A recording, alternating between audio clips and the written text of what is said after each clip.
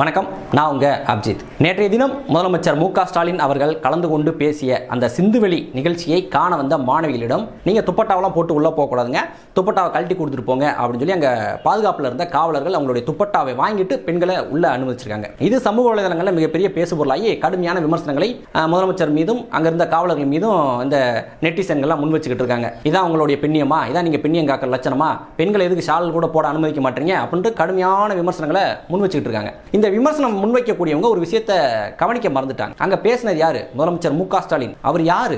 அவர் ஒரு பெரியாரியவாதி. பெரியார் என்ன சொல்லியிருக்காரு? பெண்களும் ஆண்கள் போல சட்டை பேண்ட் போடணும், பெண்களும் ஆண்கள் போல கிராப் வெட்டிக்கிட்டு முடிய ஷார்ட்டா வச்சுக்கணும் அப்படின்னு சொல்லியிருக்காரு. எந்த ஒரு ஆணாச்சும் ரோட்ல துப்பட்டா போட்டு நீங்க நடந்து பாத்திருக்கீங்களா? ஷால் போட்டு நடந்து பாத்திருக்கீங்களா? போட மாட்டாங்க. பெண்கள் மட்டும்தான் போடுவாங்க. இது என்ன ஏற்றத்தாழ்வு? இந்த ஏற்றத்தாழ்வுலாம் இருக்கக்கூடாது. இனிமேல் ஆண்கள் போல பெண்களும் துப்பட்டா போடக்கூடாது. இந்த உடையில ஒரு சமத்துவத்தை கொண்டு வரணும். பெரியாரினுடைய அந்த புரட்சிகரமான அந்த எண்ணங்களை வந்து செயல்படுத்தணும் அப்படின்றதுக்காக பெண்களுடைய துப்பட்டா வாங்கிட்டு உள்ள அனுப்பியிருக்காங்க. இதுல என்னங்க தப்பு? நீங்க இந்த விமர்சனம் பண்றவங்கலாம் வந்து ஒரு விஷயத்தை புரிஞ்சுட்டு பண்ணணும். நியாயப்படி பார்த்தா நீங்கலாம் வந்து பெரியாரினுடைய அந்த தீவிரமான கொள்கையை நடைமுறைப்படுத்திய நம்ம முதலமைச்சரையும் அங்க இருக்கக்கூடிய காவலர்களையும் பார்த்து இந்த நெட்டிசன்கள்லாம் பாராட்டணும்.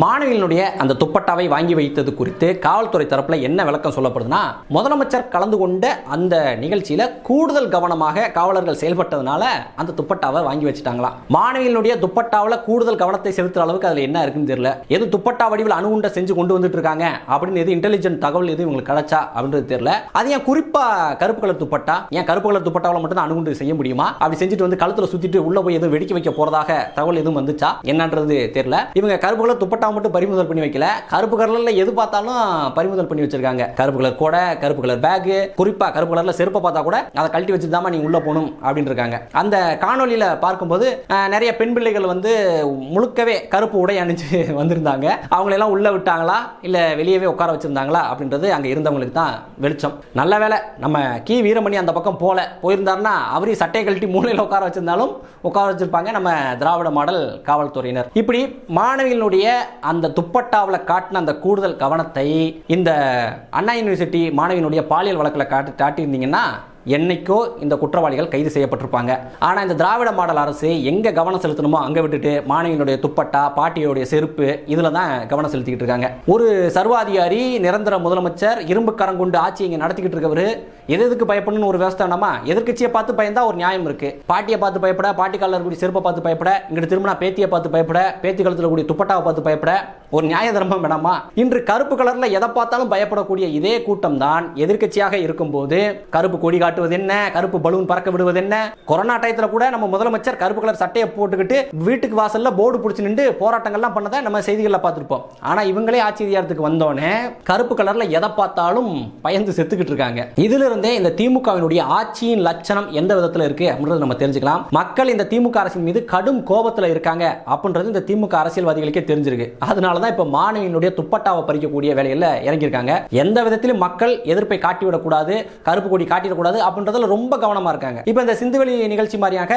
வெளிநாட்டவரும் கலந்து கொள்ளக்கூடிய நிகழ்ச்சியில போயிட்டு இந்த பெண்கள் முழக்கம் போட்டிருந்து அந்த கருப்பு சாலை எடுத்து காட்டி இருந்தாங்கன்னா எவ்வளவு பெரிய அசிங்கமா இருக்கும், நம்ம மானமே போயிருக்கும்டா அப்படின்றதுக்காக பெண்களுடைய அந்த துப்பட்டாவை பறிக்கக்கூடிய ஒரு இழிவான செயல்ல இந்த திமுக அரசும் அதனுடைய காவல்துறையும் இறங்கியிருக்காங்க. உங்களுக்கும் பிஜேபிக்கும் பெரிய வித்தியாசம்லாம் இல்ல. இதற்கு முன்னாடி ஆளுநர் ரவி அவர்கள் கலந்து கொண்ட ஒரு தனியார் கல்லூரியினுடைய நிகழ்ச்சியில கருப்பு சட்டை போட்டு வந்த மாணவர்களை உள்ள அரங்குக்குள்ள அனுமதிக்கல. அப்போ அந்த 200 ரூபாய் குய்யோ முறையோன்னு கத்துனாங்க. எப்படி இப்படி பண்ணலாம், ஒரு கருப்பு கலர் சட்டையை பார்த்து ஆளுநருக்கு பயமா, இதுதான் பாசிசம், பாசிசத்தை எதிர்க்கிறோம் அப்படின்னு சொல்லி பேசினாங்க. இப்போ அதே வேலையை தானே நீங்கள் பண்ணியிருக்கீங்க. அதாச்சும் மாணவர்களே அவங்க மரியாதையாக வெளியே நிப்பாட்டியிருந்தாங்க. நீங்கள் மாணவிகளுடைய துப்பட்டாவை பறிச்சிருக்கீங்க. இது எவ்வளோ பெரிய ஒரு கேவலம். ஆளுநர் ரவி பண்ண அந்த பாசிசத்துக்கும் இன்னைக்கு முதலமைச்சர் செஞ்ச இந்த பாசிசத்துக்கும் என்ன வித்தியாசம் இருக்கு? உங்களுக்கு எந்த விதத்தில் பிஜேபி காரங்களை பார்த்து இவங்க பாசிசம், அடக்குமுறை, மக்களுடைய குரலை வந்து நசுக்கிறாங்க, போராட்டத்துக்கு எதிராக இருக்காங்கன்னு சொல்வதற்கு உங்களுக்கு என்ன தகுதி இருக்கு? இப்போ இந்த அண்ணா பல்கலைக்கழகம் மாணவியினுடைய இந்த வழக்கு சம்பந்தமாக எத்தனை போராட்டங்கள் இங்க நடந்துச்சு, எவ்வளவு போராட்டங்கள் இங்க அடக்குமுறைக்கு உள்ளாச்சு. ஆனா நேற்றைய தினம் சீமான் அவர்களை கண்டித்து பேசுறாரு அப்படினோனே சுபவி பேசுவதற்கான அந்த கூட்டத்துக்கு அனுமதி கொடுத்திருக்கீங்க. அதாவது மற்ற கட்சிக்காரங்களையோ பிஜேபியோ நாம் தமிழர் கட்சியோ எதிர்த்து பேசுவதற்கு இங்க போராட்டம் நடத்துவதற்கு, கூட்டம் நடத்துவதற்கு அனுமதி இருக்கு.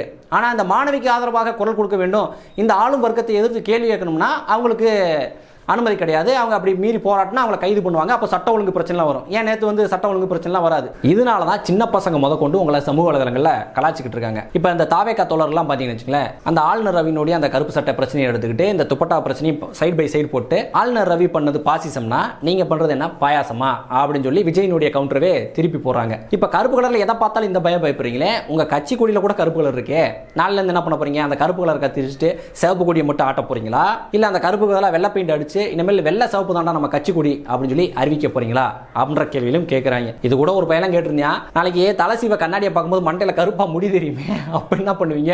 முடிக்கு என்ன வெள்ளை கலர் டை அடிக்க போறீங்களான்னு கேட்டு வச்சிருந்தாங்க.